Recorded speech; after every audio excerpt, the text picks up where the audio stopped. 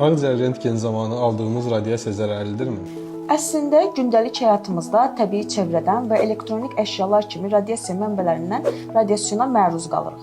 Bir ağciyər rentgeni zamanı vücudumuzun aldığı radiasiya dozunu bir vahid qəbul etsək, 6 saatlıq təyyarə uçuşu zamanı vücudun aldığı radiasiya dozu 2 vahiddir. Ya da bir ağciyər rentgeni zamanı vücudun aldığı radiasiya dozu 4-5 günlük təbii çevrədən məruz qaldığımız radiasiya dozuna bərabərdir. Yüksək dozalarda radiasiyanın xərçəng riski yarada biləcəyi bilinsə də, ağciyər rentgeni zamanı vücudun aldığı bu radiasiya dozu bu təhlükəli dozdan qat-qat aşağıdır.